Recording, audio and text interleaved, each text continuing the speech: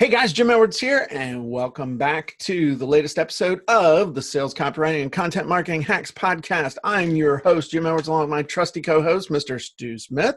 Hello, everybody. Stu, what episode number is this? Like 47? Yes. 48? 47? Yes, 47. We're in heaven in 47. Yes. Stu, you're a smart guy. Your dad owned a newspaper for a while, didn't he? Yes. What is wrong with this paper, Stu? Well, it's the Wall Street Journal, and all the headlines are blacked out. Why would the fact that the headlines are blacked out matter, Stu? Because it just looks like a bunch of nothing. Yeah. My brain doesn't take it in. Like there's nothing that is bringing me to focus on anything, not even a cool picture. Right, because this picture could be anything. I mean, this could be like a riot at Target. It could be like the start of a, I don't know, just a flash mob. You don't know even what the picture's about without the headlines. And so this illustrates perfectly how important headlines are, because when they're missing and you know they're missing, your brain goes, well, damn, I don't even know what to pay attention to. I don't know what to read. I don't know if it interests me or not. I just don't know. That's a really cool visual, because I never really thought about it on that subconscious level. Yeah. I mean, that really brings the subconscious out for me to say, I don't know what the hell that is. Right. It's you and you certainly don't know which articles you want to read. Nope. And you're not going to sit there and read all of the articles because life's busy and there's Facebook to be looked at. So that's an important thing. And it's interesting. I had an experience, gosh, it's been 20 years ago, probably.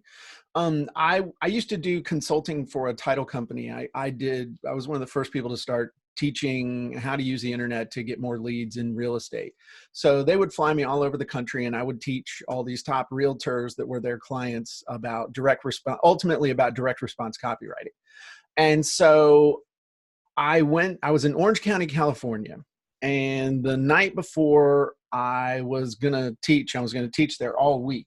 In fact, I even got a picture here. But I was going to teach there all week, and the title rep came in. He was going to prep me, man. He was going to, get me straight. Let me know that this was the toughest audience, and these people weren't interested in having people coming in from out of town, and they weren't, he was actually pissed that I had been rammed down his throat by his boss for me to come out there. And so he wasn't happy. So he was trying to let me know that I was in the wrong place at the wrong time, and these people weren't going to listen to me, and they just didn't listen. They knew everything already. And I said, oh, okay.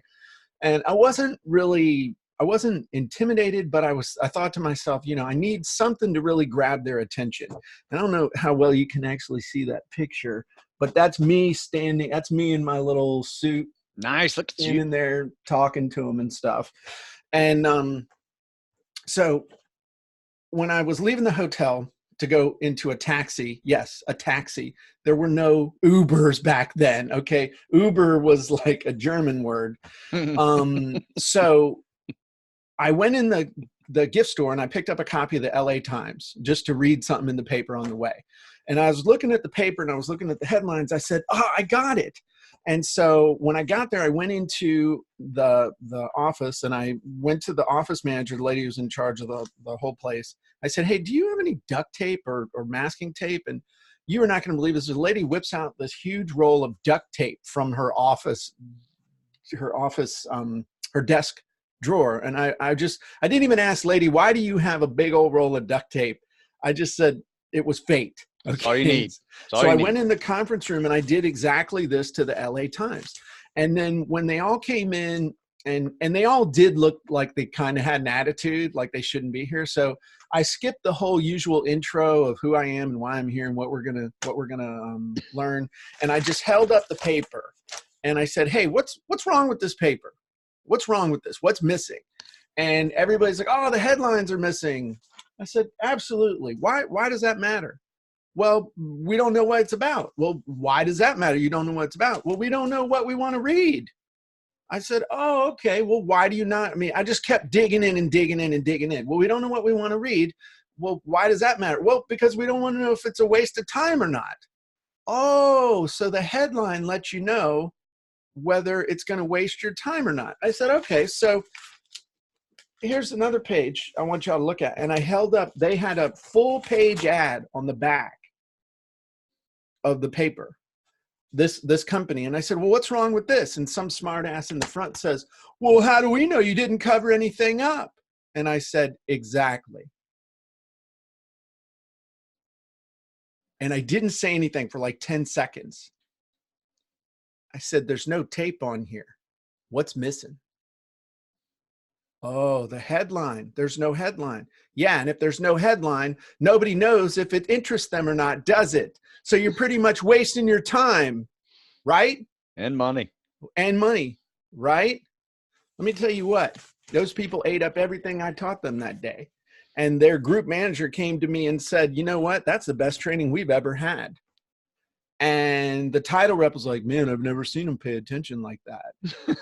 And so the point of it was that, hey, it was a cool visual. Oh, it's awesome. But it shows how much we take for granted headlines and how important headlines are for everything that we do. In an ad, the headline's what makes people click. On your actual funnel page, it's what makes people know whether this is something they should pay attention to or not. It pre-frames them. It moves them on to the next thing.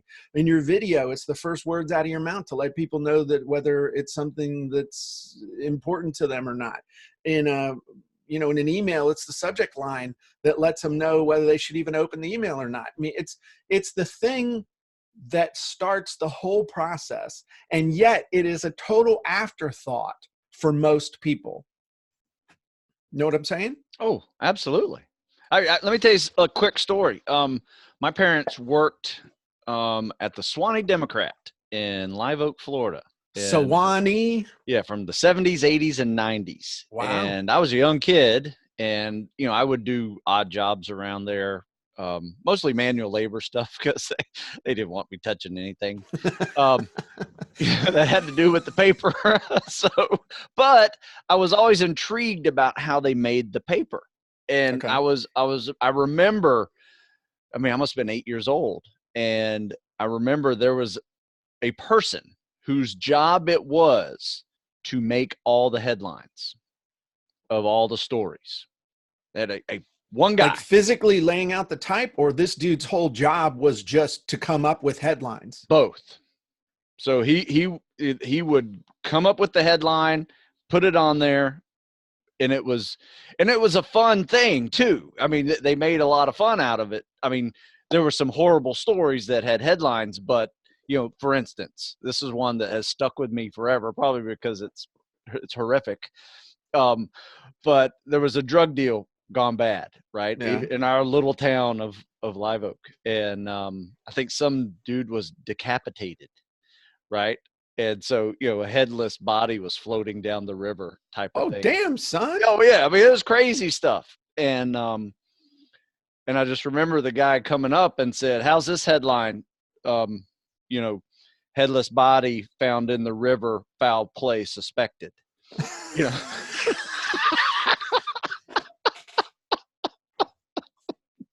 Oh my God. And I just remember I was like 9 or 10 years old, just dying. I was like, I think that's one of the funniest things I've ever heard.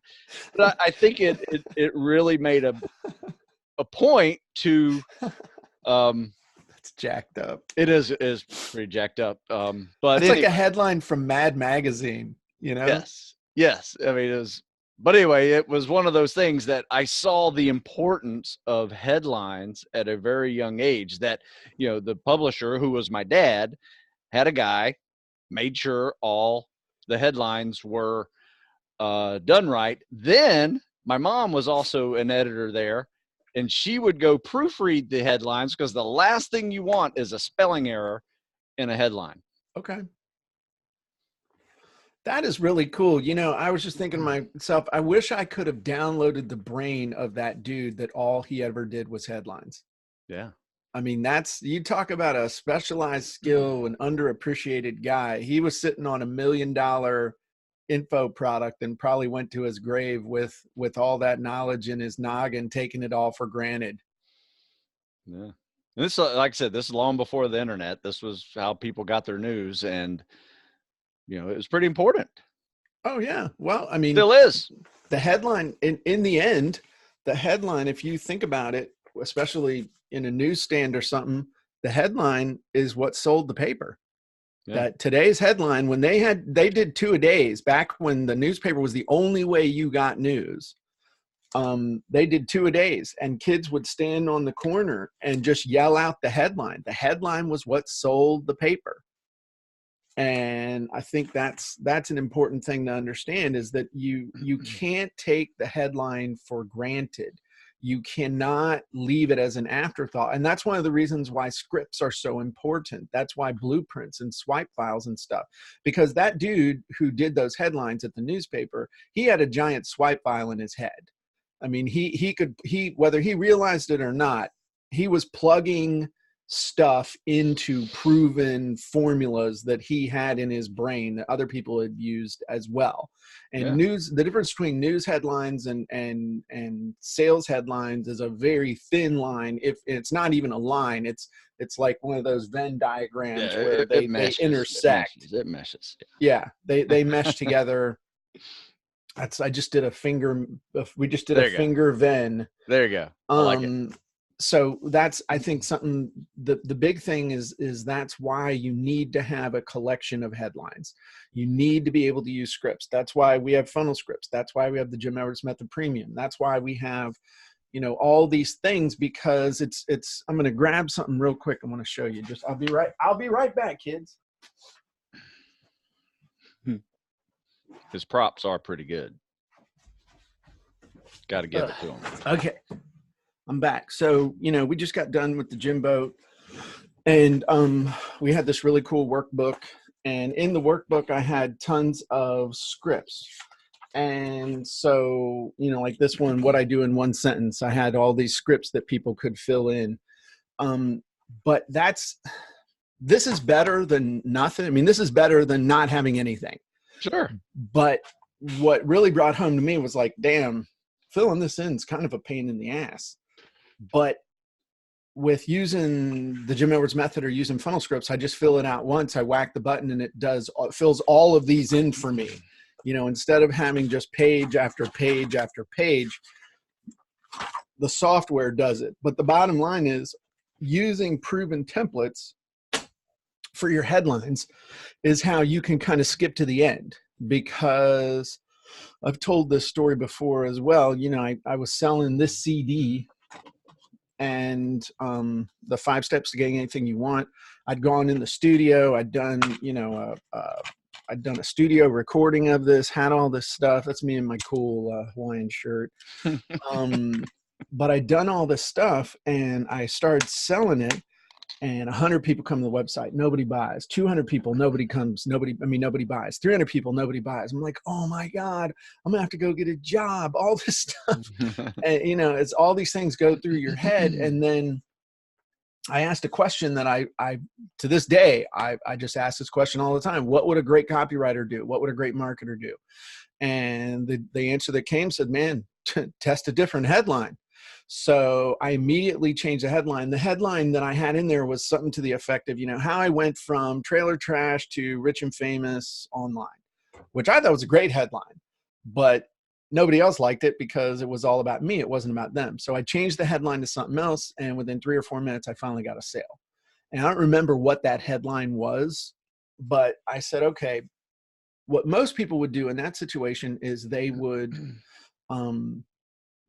they'd say, okay, well, I guess this offer's not all that good. It's working now a little bit. We'll just get what we can from it and move on to something else. I said, bullshit. I've worked my ass off on this thing. I got to do better than this. So I said, let me try a different headline. So I started thinking, I said, okay, I need to use a proven headline. And so I thought of a headline that had gotten me to spend money recently. And it was on a search engine promotion guide And the headline was basically how to gain an unfair advantage in the search engine wars. So I said that probably would work or something like that. How can I adapt that? And then this headline came into my head. It said, how to gain a positively unfair advantage in business and in life. I said, hey, that's a pretty cool headline. So I put that up on there. Within 5 minutes, I had 5 sales. So I'd gone from 0 sales to 1 sales to 5 sales. So a 500% improvement over the one, and an infinite improvement over the first one because of 0, right. The basic math thing. And so we went on to sell 6 figures of this in a really short period of time. And that I will never forget. And nothing else on the website changed. The offer didn't change. The price didn't change. Sales copy didn't change. The story didn't change. Nothing, the stack, nothing changed. The only thing I changed was a headline. And so that brought home the power of the headline to me. And I have to learn this, we always have to learn these lessons over and over and over. So I pay super attention to a headline, then I start taking for granted, and then stuff happens. I'm like, hey, you're not doing the headline. You're not taking advantage of the first sentence. You're not doing what you need to do. And then results go to shit. And then you say, okay, I'm going to make this better. So that is like the most poignant example I could ever give from my own life of the importance of a headline. And, in Russell, in his book, talks about .com secrets. In .com secrets, he talks about something that he learned from Eugene Schwartz, who was a great advertising legend. Talks about hot, warm, and cold traffic. That hot traffic, basically, the people know who you are. And so in that case, you can use a headline that contains your name and contains your product name. Warm traffic, they know they have a desire, they're just not sure where to find the solution. Then cold traffic basically says that all they know is they have a problem. They don't know about you, they don't know about your product, they don't even know if there's a solution out there. And so what people will do is you get dyed in the wool in such a way, you're like, okay, these people know who I am, so I need to talk about my product in the headline. And they get hard and fast rules. And I would tell you not to do that, that to understand that sometimes someone's biggest problem is that they know they have a desire and they don't know how to get it. So you don't just talk about their problem. You can ask a question, man, are you sick and tired of feeling like crap all the time? Yeah. You can just ask a question. Are you, do you need to get better at pull-ups and push-ups? Yes. Are you scared you're going to fail your next PT test? Do you want to be a PT god? I mean, do you want to dominate one of the guys on the gym boat had a really great headline. It was, do you want to, or it was, I teach people how to dominate on the mat. And he was focusing on, like martial arts and martial arts wrestling. stuff. I teach people how to dominate on the mat. That's cool. That's very cool. Now, is that hot, warm, or cold? I don't know, but I do know that if I was interested in anything to do with jiu-jitsu, that would get my attention. So I guess the whole point of this podcast is to reinforce to you guys how important a headline is. And the headline is not just on your page, on your funnel. It's not just for newspapers. Your headline is really the thing, no matter what you're putting out there, sales copy, content. It is the first thing that lets people know, hey, you need to stop and pay attention to this. This is something that matters to you. And if it doesn't matter to them, they're going to go by anyway. That's the other thing. It's like, if they're not interested, they're not interested. If nobody's interested in the Wall Street Journal, they're not even going to look at the headlines. Right. But if they are interested and you have no headline, you're letting money walk out the door. So that's the bottom line. What are your thoughts, Stu? Well, Jim, you just showed a newspaper and you applied it to funnels, which are on websites, but you need to apply this to your web page as well, whether that is storefront or your blog posts, whatever. You need to have a really good visible title that people can see when they open your page. But there's one little place where you can put a very smart title, and that is in the title of the HTML. A lot of people sometimes forget to go into the HTML and put an actual title in there, where it may have a default.